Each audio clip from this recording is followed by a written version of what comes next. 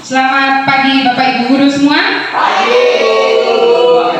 Assalamualaikum warahmatullahi wabarakatuh.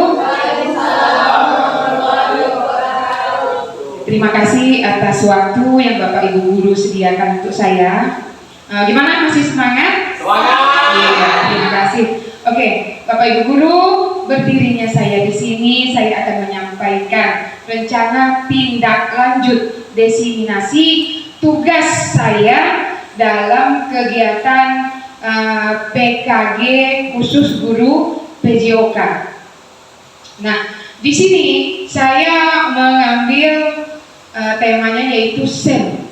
Apa itu SEM? SEM adalah Sport Education Model. Di sini saya mengambil permainan bola tangan. Semester ganjil tahun ajaran 2024-2025. Oke, lanjut, Miss. Nah, di sini ada tujuan SEM. Sport Education Model atau SEM ini memiliki tujuan untuk mendidik siswa menjadi pemain dalam arti sesungguhnya, serta membantu mereka berkembang untuk menjadi olahragawan yang kompeten, bijaksana, dan berpengetahuan serta antusias. Lanjut. Nah, ada lagi tujuan SEM, yaitu menurut Sidentok 1994. Nah, di sini Sidentok ini menurut beliau SEM memiliki tujuan yang lebih ambisius dari kebanyakan program pendidikan jasmani. SEM berusaha mendidik siswa untuk menjadi pemain dalam arti yang sesungguhnya dan membantu mereka untuk menjadi orang yang kompeten, melek, dan olahragawan yang antusias. Masih menurut Sidentok 1994, olahragawan yang kompeten memiliki keterampilan yang cukup baik untuk berpartisipasi dalam permainan olahraga. Lanjut. Nah, deskripsi Sport Education Model atau SEM ini adalah salah satu model pembelajaran pendidikan jasmani yang dapat membuat siswa aktif dalam mengikuti proses kegiatan belajar mengajar. Hal ini sesuai dengan yang dikemukakan oleh Sidentok tadi, menjelaskan bahwa siswa yang terlibat dalam SEM akan menjadi melek, antusias, dan kompeten dalam olahraga. Hal ini serupa juga diungkapkan oleh Relman 2012 yang menyatakan bahwa siswa yang terlibat dalam SEM berkembang ke arah yang lebih baik dalam motivasi olahraganya. Nah, di sini Bapak Ibu, mohon maaf mungkin kemarin saya tidak ada menyampaikan dengan Bapak Ibu guru terkait kepengurusan. Jadi saya itu ngambil foto yang udah ada di laptop saya. Kemudian dalam SEM ini nanti akan dilaksanakan pada waktu kelas meeting, ya Bapak Ibu ya, pada waktu kelas meeting, berarti selesai ulangan pas penilaian akhir semester. Nah, di sini struktur kepengurusannya yang pertama Ibu Nur Fahmi SPD yaitu sebagai penanggung jawab, kemudian saya sendiri ketua pelaksana, kemudian untuk wakil ketua Ibu Sri Utami, untuk sekretaris Ibu Sri Nita Anggraini, kemudian bendahara Ibu Evi Linandasari. Oke, lanjut. Oke, di sini ada anggota. Mohon maaf, senior, Bapak senior saya masukkan ke anggotaan, yaitu Bapak dengan Pak Sabirin sebagai wasit nanti dalam pertandingan. Kemudian Bu Yusniarti seksi lapangan, Bapak Kusuma Yudi seksi perlengkapan, kemudian Bapak Salihin seksi dokumentasi. Nah, nanti terkait dengan wasit, ini kan wasitnya ada wasit, iya wasit lapangan, maksud saya tuh ada wasit apa namanya ini? Ya, garis, ya hakim garis dan wasit. Jadi nanti itu kewenangan Pak Aman sama Pak Sabirin yang mencari Oke, aset yang dimanfaatkan. Yang pertama itu aset manusia.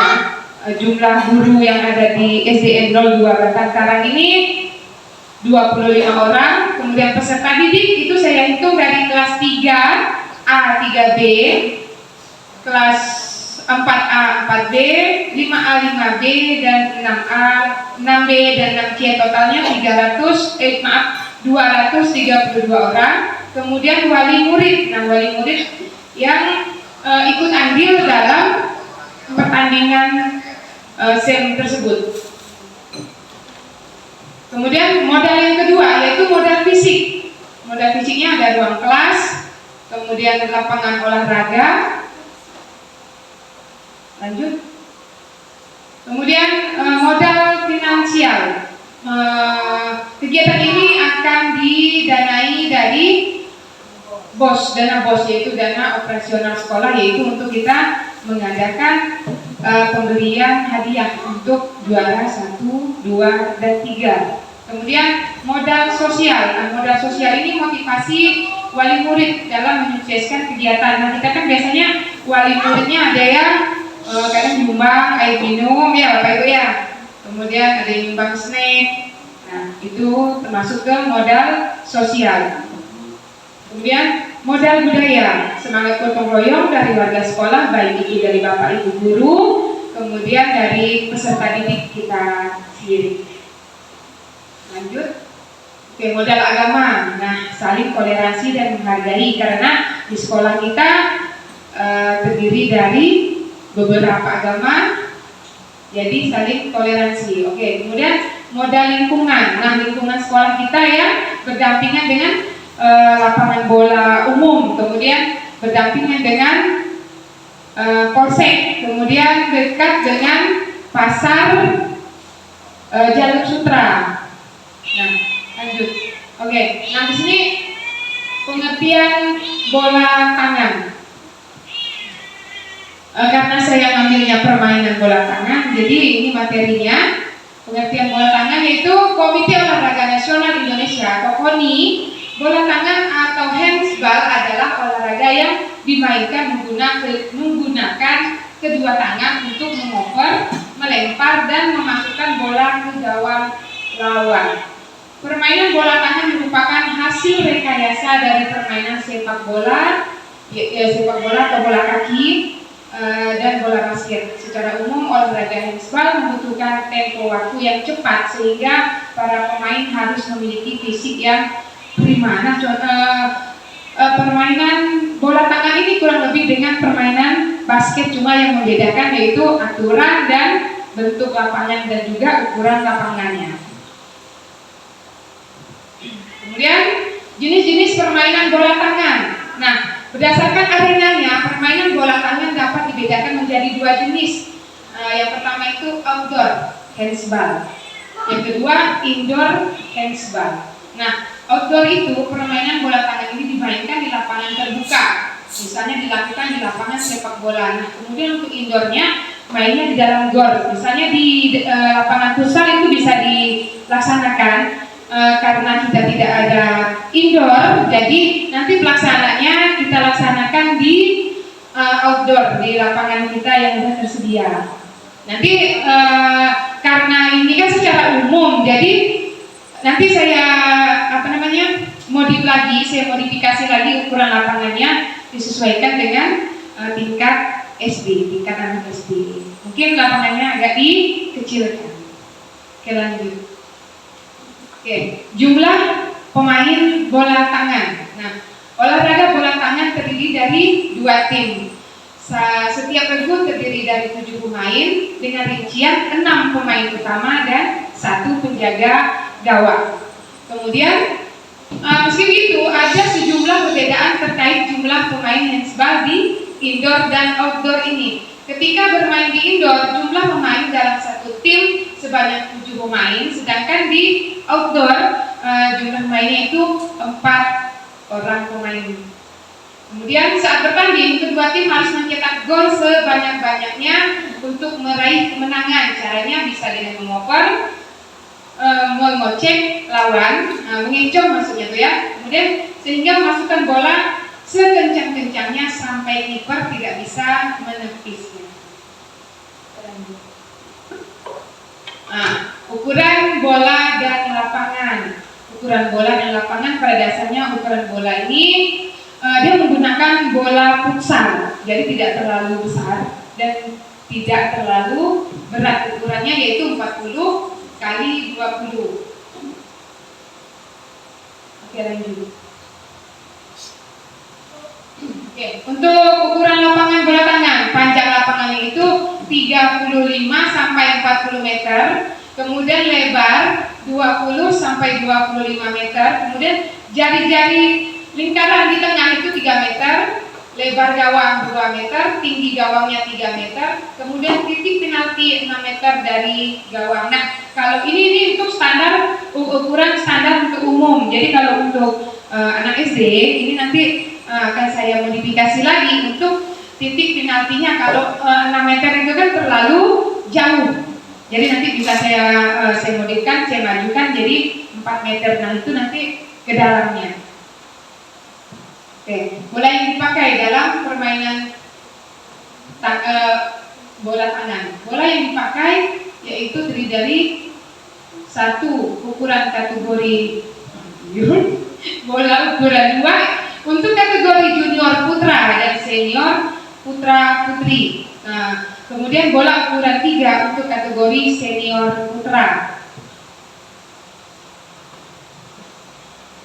Oke, aturan yang lainnya. Terdapat perbedaan waktu permainan untuk kategori putra dan putri. Nah, nanti ini teknis ke dalamnya, nanti saya bicarakan lagi dengan wasit. Wasit harus menguasai waktu permainan antara putra dan putri. Untuk bermain tim putra, kategori putra dan putri, tim putra yang pertama itu 2 kali 30 menit, istirahatnya 10 menit. Nah, itu untuk yang putra. Kemudian 2 kali 20 menit tanpa istirahat tim putri. Kemudian waktu bermain 2 kali 20 menit, istirahat 10 menit. Waktu bermain 2 kali 15 menit tanpa istirahat. Berarti ada 2 pilihan untuk kategori putra dan kategori putri. Jadi untuk tingkat SD, jadi nanti saya memilih yang ukuran yang untuk putrinya 2 kali 20 menit, istirahatnya 10 menit. Kasihan kan kalau mainnya sampai 2 kali 15 menit tanpa jeda istirahat. Kalau untuk anak SD itu tidak memungkinkan karena fisik mereka. Oke, lanjut.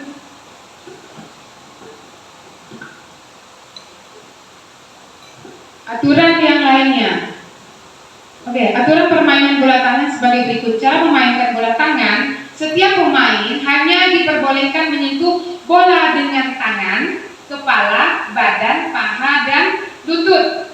Bola harus dipantulkan setelah 3 kali langkah. Setiap pemain hanya diperbolehkan menahan bola selama 3 detik. Setelah itu bola harus dioper. Nah, ini kebalikan dari permainan bola kaki. Nah, nanti ada aturannya lagi. Kalau kena kaki berarti ada mati, penalti. Itu seperti itu ya. Kemudian, permainan bola tangan tadi kan sebelumnya sudah saya jelaskan, yaitu perpaduan antara bola kaki dan basket. Nah, di sini pemain itu hanya boleh menahan bola selama 3 detik di tangannya. Lebih dari 3 detik berarti nanti ada peraturan selanjutnya. Peserta hanya boleh memegang 3 detik, kemudian bolanya dioper ke lawan. Tidak boleh lebih dari 3 detik. Oke, aturan yang lainnya. Aturan bermain bola tangan di area gawang. Penjaga gawang dapat bergerak bebas di area gawang. Jika ada pemain bertahan yang memasuki area gawang, akan dikenakan hukuman lemparan 14 meter. Kemudian, ketika bola memasuki area gawang, maka bola tersebut sepenuhnya hak penjaga gawang. Aturan bermain bola tangan untuk kiper. Kiper dapat melempar bola ke segala arah. Kiper tidak boleh menahan bola lebih dari 3 detik. Nah, sama dengan pemain yang lainnya, pemain inti. Kemudian kiper dapat membawa bola dengan berjalan di area gawang. Kiper ke area gawang. Kiper tidak boleh membawa bola keluar dari dari area gawang. Jadi kiper itu hanya nanti kan ada ukurannya, ada batas gawang, daerah kuasanya si penjaga gawang. Jadi kalau penjaga gawang lebih dari ukuran yang sudah ditentukan, nah penjaga gawangnya bisa terkena penalti. Seperti itu. Oke, catatan penting. Sebagai catatan, permainan bola tangan dapat berbeda di setiap kompetisi atau tingkat usia. Meski begitu, aturan ditulis di atas merupakan prinsip dasar dalam permainan handsball. Jadi nanti ini kan secara umum. Jadi kalau untuk tingkat SD, nah sudah saya jelaskan sebelumnya. Nanti saya modifikasi lagi seperti ukuran lapangan, kemudian waktu bermain. Ya, karena kita di tingkat SD. Oke, nah bola tangan juga sudah mempunyai induk organisasi.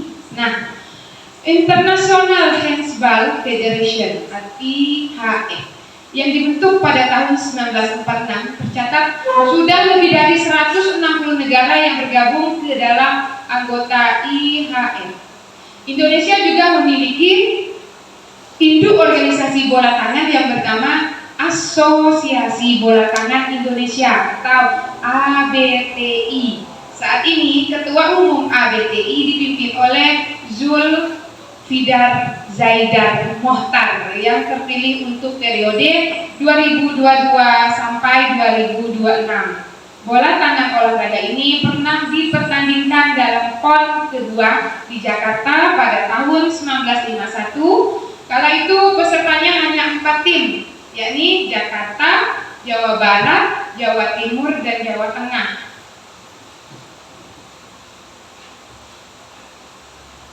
Nah, hebatnya baru-baru ini ABTI berhasil meraih medali perunggu dalam kejuaraan bola tangan, yaitu di Asia Tenggara, bertajuk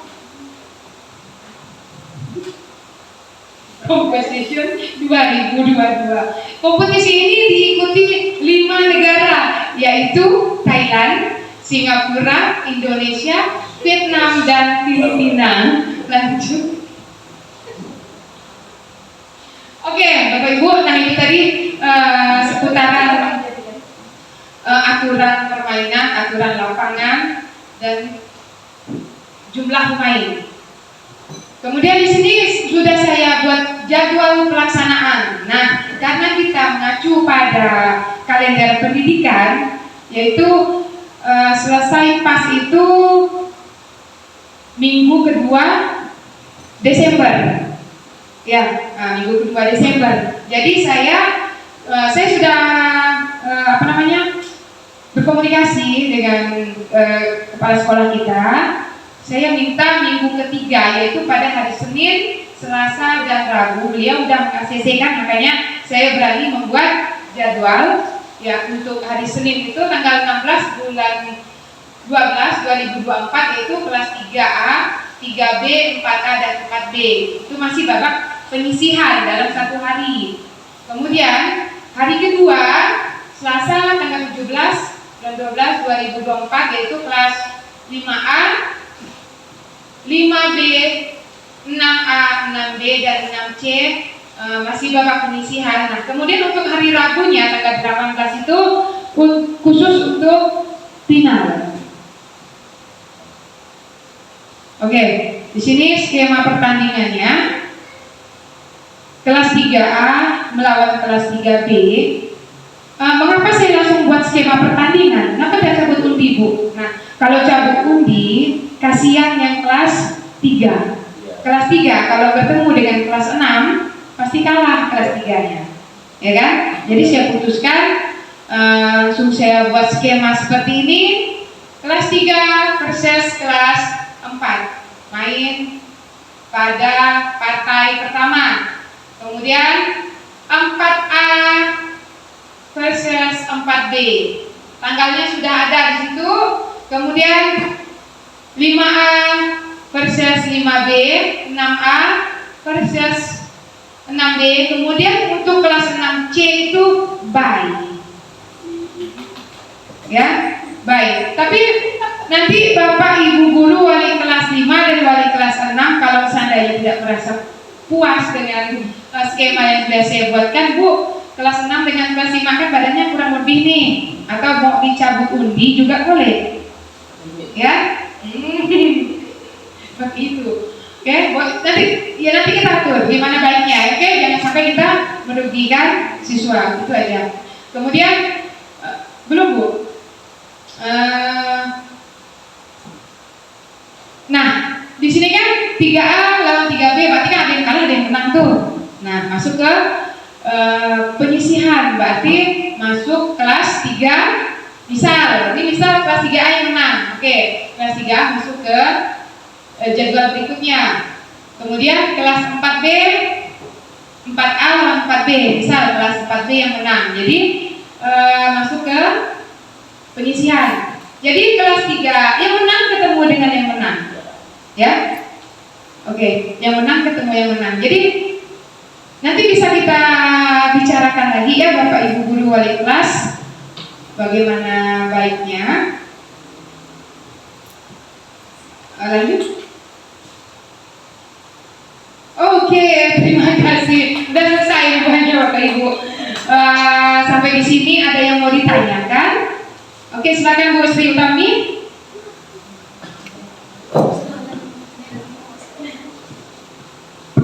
Terima kasih atas kesempatan untuk saya bertanya. Di sini saya bertanya, saya kan wali kelas, sama sekali belum memahami ya. Di sini bermain bola tangan ini apakah bolanya itu kan tadi 3 detik ya durasinya, di tangan harus berpindah. Nah, berpindah ke tangan temannya itu dibatasi tidak, seperti istilahnya main voli kan 3 kali langsung diarahkan ke lawan. Nah, kalau yang ini bagaimana? Apakah dibatasi? Oke, terima kasih. Itu aja. Terima kasih Bu Sri Utami. Nah, di sini tidak dibatasi. Nah, kalau macam voli kan pemain ke-1 terima bola, kemudian dioper ke pemain kedua, kemudian ketiga langsung dibalik ke lawan. Nah, kalau untuk bola tangan enggak Bu. Sampai mereka, misalnya saya dapat bola pertama, kemudian saya oper, kan ngopernya boleh dipantul ke lantai sebanyak 3 kali, atau ibu pegang sambil ibu berlari, ibu oper lagi ke kawan ibu. Kemudian ibu udah dekat gawang nih, posisinya udah enak, langsung ibu masukkan ke gawang. Ibu otomatis kan ibu pemain kedua maksud saya. Ibu langsung memasukkan bola ke gawang, boleh? Iya. Terus posisinya yang ketiga udah siap, ibu oper lagi yang untuk pemain ketiga. Kemudian pemain ketiga tidak bisa untuk memasukkan ke gawang karena posisinya tidak enak, tidak mungkin kan. Kemudian dioper lagi ke pemain keempat. Pemain keempat pas posisinya, boleh. Dia tidak dibatasi Bu, sampai mereka bisa memasukkan bola. Iya. Ya seperti bola kaki, dia kebalikan bola kaki. Dia nama juga handsball. Oke. Gimana Bu? Iya. Ya, jadi nanti sebelum melaksanakan pertandingan, terlebih dahulu saya akan sampaikan materi ini ke peserta didik kita, baik itu per kelas atau secara global nanti ya, sekalian dengan wasitnya juga, biar sama-sama memahami. Oke? Makasih Bu Sri Utami. Ada yang mau tanyakan lagi? Oke, siap. Nah, Bu, silakan Bu. Hanya sekedar mengingatkan ya, mengingatkan karena ini kan aturannya 3 detik. Nah, jadi kalau boleh izin ya Bu ya, sekedar mengingatkan untuk wasit, Pak Birin sama Pak Aman. Mengingat aturan ini kan baru bagi anak ya. Jadi kalau bisa nanti betul-betul lah diperhatikan karena hanya 3 detik. Jangan sampai ada anak yang merasa, Bu tadi dia lebih loh dari 3 detik, kok boleh enggak pelanggaran? Kenapa saya kena pelanggaran? Nah jadi itu yang harus kita antisipasi sebelumnya ya. Tentunya ini juga demi keberlangsungan permainan itu sendiri. Terima kasih Bu. Oke sekalian Pak Kusumayudi, jadi nanti sekalian saya jawab. Tadi kan Ibu ada menyinggung ketika bolanya terkena oleh kaki, itu otomatis permainannya dihentikan Ibu ya. Yang ingin saya tanyakan itu, dari batasan mana anggota yang bisa membuat permainan itu bisa didiskualifikasi atau dihentikan? Itu saja. Iya. Enggak ada tak. Yang bagian mana ya? Oke, terima kasih Pak Kusmayudi, Bu Srinita. Oke, nah gini Bu Srinita, jadi sebelum kita melaksanakan pertandingan, ya nanti secara global, baik secara global maupun secara spesifik per kelas, nanti akan saya sampaikan materinya dulu terlebih dahulu, kemudian sekalian dengan wasit, ya wasit nanti mungkin setelah pas kita mengadakan pertemuan yang terlibat keanggotaannya dalam struktur ini ya. Jadi nanti kita bahas sama-sama mengenai materi bola tangan ini ya. Iya. Oke Pak Mai? Siap. Masih ada yang mau bertanya? Iya nanti secara global aja ya. Terima kasih ya Pak. Ada yang mau tanyakan Bu? Tidak Ibu, terima kasih. Bu Haida, Bu Astanti, oke, ya cukup. Jadi nanti bagaimana nih Bu Wali kelas 5? Mau pakai cabut undi atau? Ya sebenarnya karena badan tadi udah hampir sama Bu ya, boleh cabut dulu. Oke, biar lebih itu Bu ya, tertantang Bu ya. Oke, nanti kesepakatan wali kelas. Ya, biar mereka tuh ada semangat. Takutnya nanti kalau lawan kelas 6 nanti badannya lebih gede-gede lagi, kita gimana? Jadi mereka kan usaha. Oh iya mantap, iya Ibu. Iya kolaborasi, kerja sama tim kelas berarti Bu ya. Nanti siap Bu ya? Insya Allah siap. Oh iya, oke mantap. Oh iya Bu, Terima kasih. tadi kan kita outdoor ya? Iya, outdoor. 7 7 peserta pemain utama. Iya, satu tim 7 orang. lawan 7. Ya, lawan 7 orang. Kelas Ibu cukup nggak itu? Pemain intinya 6, penjaga gawangnya 1. Itu hanya untuk laki-laki.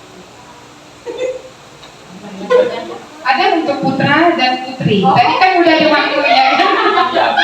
Jadi nanti yang putrinya demo lagu, saya yang kena demo. Saya mau tanya, kapan Ibu yang menentukan siswa tersebut siapa yang mau ikut atau wali kelas? Ya lebih kelas. Nah, kayak gini Bu, jadi nanti untuk menentukan siswa yang Bu saya bisa. Jadi jangan sampai ada semacam apa ya? Diskriminasi. Iya, diskriminasi Bu ya. Tapi atau Ibu lakukan ya metode atau seleksi gimana gitu. Ya jangan sampai anak merasa dibebani kemudian merasa dibeda-bedakan. Oke. Oke Bapak Ibu, ada lagi yang mau ditanyakan? Sudah cukup jelas Bu? Sudah cukup jelas. Oke. Baiklah Bapak Ibu, untuk pertemuan kita hari ini saya akhiri. Jikalau ada bahasa, tutur kata, tingkah laku saya yang kurang berkenan, saya mohon dimaafkan. Semoga kegiatan sport education model atau SEM ini berjalan dengan lancar. Amin. Baik, akhir kata saya ucapkan terima kasih. Assalamualaikum warahmatullahi wabarakatuh. Selamat siang untuk kita semua.